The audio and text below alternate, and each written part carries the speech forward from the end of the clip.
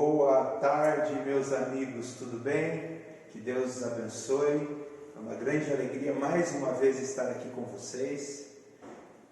O último estudo que nós tivemos foi sobre as Escrituras.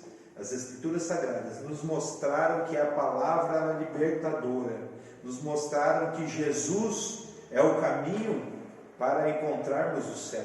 Ele é o caminho da verdade que nos leva para a vida eterna. Então, as Escrituras Sagradas, elas são muito importantes, precisamos estudar, precisamos nos apegar, precisamos ter consciência e saber que através das Escrituras nós encontramos salvação. Hoje o estudo número 2 vai falar sobre a salvação.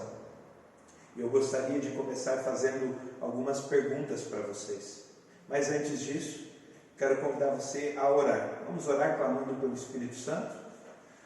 Querido Deus, bondoso Pai, muito obrigado pela vida, pelo dom da vida e pelas bênçãos que o Senhor tem derramado sobre nós. Fique conosco, nos ajude a estar perto de Ti, cada dia mais, fazendo a Tua vontade. Que o Espírito Santo trabalhe em nossa mente e que a partir de agora eu possa emprestar a minha boca para ser boca de Deus e poder relatar o que as Escrituras falam sobre salvação. Em nome de Jesus. Amém, Senhor. A salvação, ela é por isso que nós estamos aqui, estudando as Escrituras, fazendo o estudo bíblico para nos salvar. A salvação, ela tem uns passos a ser seguidos. O primeiro deles é estudando a Bíblia e crer em Jesus. Nós crendo em Jesus, tendo no coração o desejo de fazer o que Jesus pede, que a palavra de Deus pede, nós temos certeza que a salvação em nós hoje está garantida. E isso é muito importante porque nós precisamos cada dia mais entender que existe a salvação vertical e a salvação horizontal. A salvação vertical é minha com Deus. Quando eu creio em Jesus, creio na mensagem, eu aceito, sou batizado e a partir de então começa a minha justificação. A justificação é hoje, certo? Tem a salvação horizontal, que é quando você é justificado, você encontra a palavra de Deus, é salvo, justificado, agora você começa a viver uma nova vida em Cristo e você começa a salvar outras pessoas. E nessa salvação de outras pessoas, salvação horizontal. Então nós precisamos ter em mente que precisamos participar do plano da salvação. E a pergunta número 1, ela vai nos dar uma clareza maior sobre isso. E diz assim: qual é a situação da natureza humana após o pecado? Vamos lá em Gênesis, primeiro livro do Antigo Testamento, Gênesis capítulo 6. Gênesis 6, verso 5. Diz assim: viu o Senhor que a maldade do homem se havia multiplicado na terra, e que era continuamente mal todo o desígnio do coração. Então o homem pecador é mau. E a maldade do ser humano, ela é tão grande que nós precisamos da salvação em Jesus para nos tornarmos pessoas boas. Então, qualquer ser humano, a criança, quando nasce, meu filho, por exemplo, meu filho, quando começou agora a pedir para falar, a caminhar, fazia algumas coisas erradas, como egoísmo, tirar o brinquedo de outra criança, quebrar alguma coisa e sair correndo. Então, isso são os desígnios maus do ser humano. E todos nós precisamos de salvação. Todos nós somos maus. Todos nós somos pecadores. Só teve um que não era, Jesus Cristo. E Ele veio para ser o exemplo, para que nós possamos andar nos seus caminhos. Tá bom? Então, o próximo texto também fala sobre Salmo 51, 5. Ele dá um acréscimo para nos mostrar mais um pouquinho o que é o coração mau do ser humano. Salmo 51, verso 5. Eu nasci na iniquidade e em pecado me concebeu a minha mãe. Aqui esse texto não está falando que o sexo é pecado, mas que nós somos da natureza pecaminosa. É isso. Deus falou lá no Éden: vão, Eva e Adão, vão multiplicar e encher a terra. Então o sexo não é pecado, iniquidade. O que é iniquidade é a nossa essência pecaminosa, a nossa natureza pecaminosa. Isso é a iniquidade que nós nascemos. E o último texto para complementar essa pergunta se encontra em Mateus, no primeiro livro do Novo Testamento. Você aprendeu ontem sobre as Escrituras, sabe que tem Antigo e Novo Testamento. Então vá lá no primeiro livro do Novo Testamento, Mateus, o Evangelho de Mateus, capítulo 15. Evangelho de Mateus, capítulo 15, verso 19, diz assim: porque do coração procedem maus desígnios, homicídios, adultérios, prostituições, furtos, falsos testemunhos e blasfêmias. Então, nosso coração é mau, corrompido. Por isso que nós precisamos de uma libertação disso. Na verdade, quando nós estamos longe de Jesus, nós estamos prisioneiros por estas coisas. Por mentira, assassinato, prostituições. Nós estamos prisioneiros nisso. Precisamos nos libertar. E João 8,32, que é um texto bem conhecido, principalmente do brasileiro hoje, né? João 8,32 diz assim: conhecereis a verdade, e a verdade vos libertará. Segunda pergunta: que plano Deus estabeleceu para salvar o ser humano da morte eterna? Esse texto para mim é o texto ápice da palavra de Deus e do plano da salvação. Esse eu sei de cor, mas vou convidar você a abrir a Bíblia, lá em João, no Evangelho de João, e se você puder grifar com um amarelo cintilante, sublinhar, você sublinhe. Coloque esse texto na sua mente, no seu coração, que ele vai impactar sua vida agora nesse momento. João 3,16. Eu aprendi isso com 8 anos de idade no Clube dos Bravadores. Eu não tinha nem idade de clube, mas na minha época não tinha aventureiros. Eu estudando cartão de amigo, eu tive que decorar esse texto e nunca mais saiu da minha mente. Porque Deus amou o mundo de tal maneira que deu o seu único filho, para que todo aquele que nele crê não pereça, mas tenha a vida eterna. Deus, um Pai amoroso, permitiu que Jesus Cristo, seu Filho, descesse aqui na terra.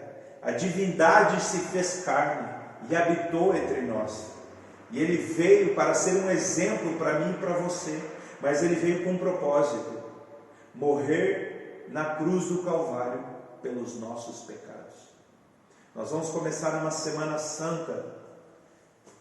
E através dessa Semana Santa você vai entender qual é o propósito da Páscoa. Qual é o propósito da salvação em Cristo Jesus?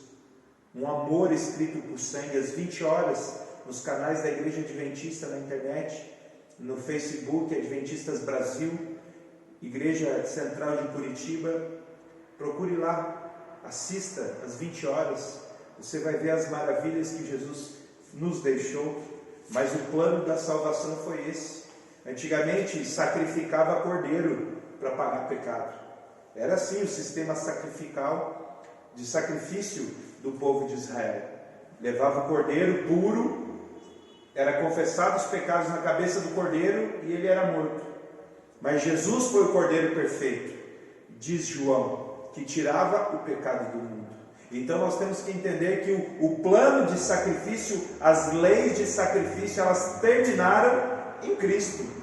Cristo foi o antítipo do tipo, né, do que aconteceu lá no tabernáculo terrestre. Cristo, Ele nos libertou. E hoje você precisa, em nome de Jesus, aceitar o sangue de Jesus. Aceite o sangue de Cristo derramado na cruz e seja salvo. E seja justificado. Como Jesus definiu sua missão aqui na terra. João 12:47. Acompanhe lá comigo, abre sua Bíblia, João 12:47. Diz assim: se alguém ouvir as minhas palavras e não as guardar, eu não o julgo, porque eu não vim para julgar o mundo, e vim sim para salvar. Então a palavra de Deus, ela está aqui para nos salvar. Ela está aqui para nos mostrar o caminho que devemos andar. Sem ela não existe céu. Sem caminho não existe eternidade. Então a palavra de Deus está aqui para ser o nosso caminho, a nossa bússola, o nosso mapa. Use então a palavra de Deus sem moderação. Entendeu, meu amigo e minha amiga? Sem moderação. Estude ela todos os dias, porque assim você terá uma vida plena aqui nessa terra. Você vai se preparar para o céu hoje. Hoje. O céu é importante hoje. E que em nome de Jesus você possa começar a viver o céu hoje, para desfrutar das delícias da eternidade amanhã. Pergunta 4. O que Jesus fez por nós na cruz? João 10, 15. Volta aí mais uns 2 capítulos. João 10, 15. 2 folhas. Desculpe corrigindo. O mercenário que não é pastor, a quem não pertence as ovelhas, vê vir o lobo, abandona as ovelhas e foge. Então o lobo as arrebata e as dispersa. Então Jesus na cruz, ele nos uniu, ele nos juntou. E ele diz assim, no verso 15: assim como o Pai me conhece a mim, eu conheço o Pai e dou a minha vida pelas minhas ovelhas. Satanás, ele te mostra as coisas boas dessa vida, gostosas, porque não são boas. Ele te chama para o prazer, ele te chama para as delícias, mas no momento em que tu está nas mãos dele, vem qualquer coisa para te destruir, ele foge. Agora Jesus, as ovelhas de Jesus, as ovelhas que aceitam a Cristo, elas sim estão bem cuidadas, e no cuidado de Cristo e no cuidado de Jesus, elas agora recebem a vida, e a vida em Cristo. Isso é o mais importante, ter vida em Cristo, porque o nosso bom pastor morreu por mim e por você. E também o próximo texto se encontra na carta de 1 Pedro, lá no Novo Testamento, 1 Pedro, capítulo 2, verso 24, diz assim: carregando ele mesmo em seu corpo sobre o madeiro os nossos pecados, para que nós, mortos para os pecados, vivamos para a justiça, porque suas chagas fostes sarados. Cristo, através da cruz, pagou o preço do salário do pecado, a morte.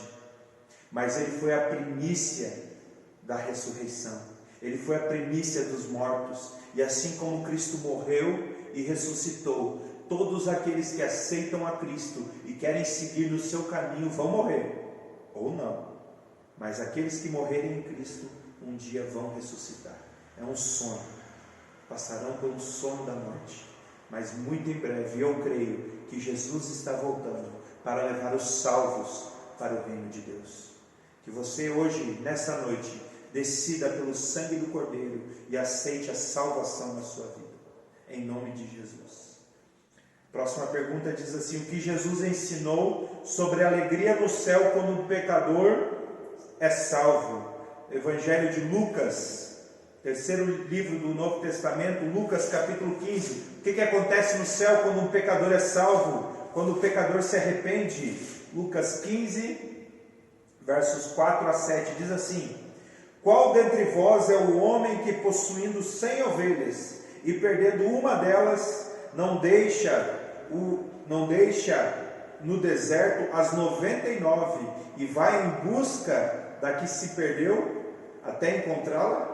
Achando-a, põe sobre os ombros, cheio de júbilo, e indo para casa, reúne os amigos e vizinhos, dizendo: alegrei-vos comigo, porque já achei a minha ovelha perdida. Digo-vos que assim haverá maior júbilo no céu por um pecador que se arrepende do que por 99 justos que não necessitam de arrependimento.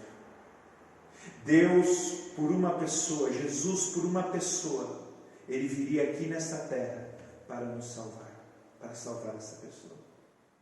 Deus, Ele tem alegria, o céu entra em festa quando um pecador se arrepende, quando uma pessoa aceita a salvação. Promova a festa no céu hoje, meu amigo e minha amiga.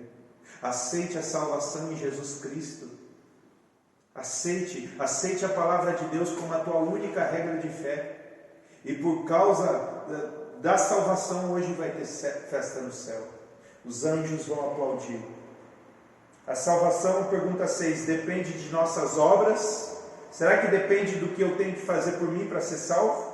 Vamos lá, em Efésios, vamos lá, segue mais em frente, cartinha de Paulo, Efésios, capítulo 2, Efésios 2, 8 e 9, diz assim: porque pela graça sois salvos mediante a fé, e isto não vem de vós, é dom de Deus, não de obras, para que ninguém se glorie. A salvação é somente pela fé. Lembra a salvação vertical? Essa salvação só vem por Jesus Cristo, é pela fé, é a graça que foi nos dada na cruz do Calvário.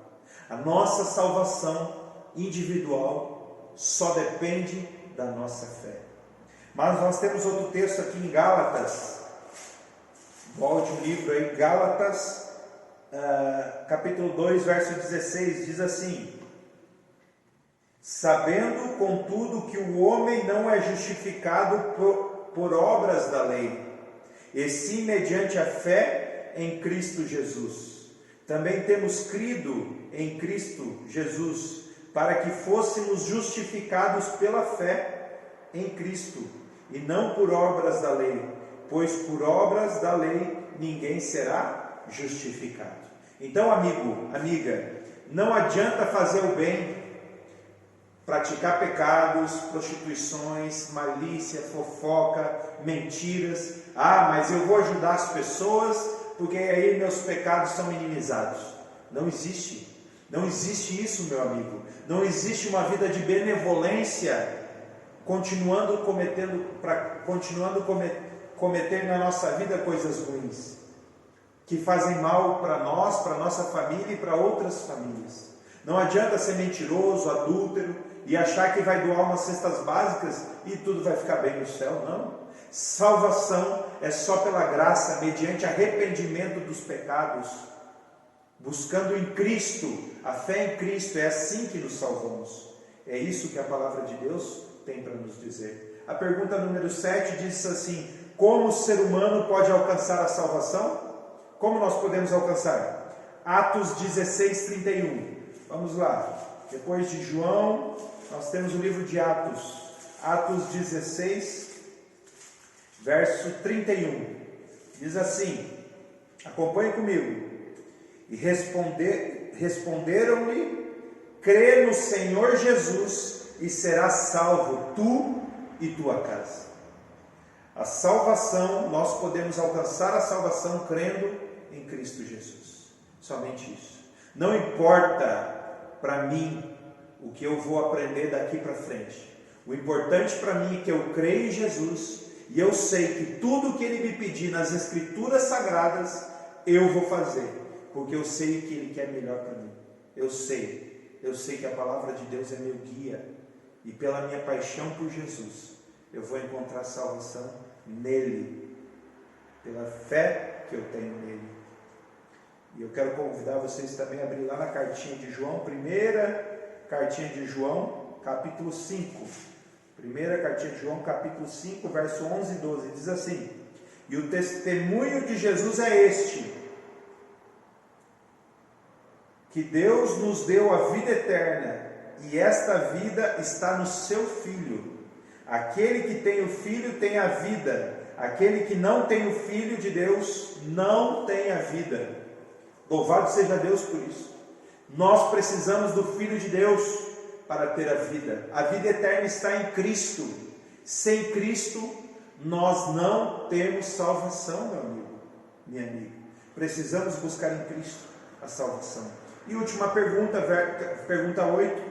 Se somos salvos somente pela graça, qual o valor das obras na nossa vida? Vamos voltar lá? Efésios. Vamos voltar em Efésios capítulo 2. Efésios 2, 10. Diz assim: pois somos feitura dele, criados em Cristo Jesus, para as boas obras, as quais Deus de antemão preparou para que andássemos nela. Deus de antemão preparou o quê? A palavra dele. A palavra dele, a digital dele na nossa vida. As boas obras refletem que eu sou cristão, que eu estou salvo, que a graça alcançou na minha vida. Isso reflete a minha salvação. E Tiago 2,17, ele diz assim, no finalzinho, depois de Tiago 2,17, Diz assim: assim também a fé, se não tiver obras, por si só está morta. Uma fé sem obras é morta. Não adianta eu dizer, eu aceito Jesus, eu creio em Jesus, mas não ajudo o próximo, não amo o próximo. Os 10 mandamentos são divididos em 2 tábuas, em 2 seções. As 4 primeiras mandamentos estão na primeira tábua. Ali nós amamos a Deus sobre todas as coisas. Os outros 6 mandamentos estão na segunda tábua. É amar ao próximo como si mesmo. Então nós precisamos dessas práticas para mostrar para o mundo que nós somos salvos. Meu querido irmão, minha querida irmã, já chamo desde então, porque hoje vocês aceitaram Jesus na sua vida. Vocês aceitaram, hoje vocês são justificados. Vocês aceitaram o primeiro passo da salvação, ser justificado. Amanhã nós vamos estudar sobre santificação, é o segundo passo do salvo. É o segundo passo que nós devemos dar. A santificação é o caminho que nós percorremos a partir da justificação. Mas hoje nós precisamos saber você aceita Jesus na sua vida? Você aceita viver os ensinamentos dele de forma amorosa, carinhosa, sem peso, sem culpa, dizendo que ele sabe o que é melhor para nós? Se você aceita, eu tenho 2 afirmações para fazer com você hoje. Agora que compreendi o maravilhoso plano da salvação, desejo confiar unicamente nos méritos de Cristo para ser salvo. Se você aceita isso, dá um joinha, balança a cabeça e seja salvo em nome de Jesus. Eu desejo, a segunda afirmação, pela habitação dele em meu coração, produzir os frutos do arrependimento e assim glorificar o seu nome. Quando me torno salvo, eu tenho que glorificar o nome de Jesus na minha vida. Um verdadeiro cristão segue os passos de Cristo. Se você aceita isso, dá um joinha. Muito obrigado por estar nos acompanhando. Amanhã o próximo estudo é santificação. Que Deus te abençoe, que Deus te guarde, que Deus faça resplandecer o seu rosto sobre ti e te dê a paz. Vamos orar? Querido Deus, bondoso Pai, muito obrigado pela morte de cruz. Obrigado pelo teu sangue, obrigado pela tua vida, que possamos juntos mudar o mundo. Perdoe os nossos pecados, as nossas faltas, nos guie na tua companhia, em nome de Jesus. Amém, Senhor. Que Deus te abençoe.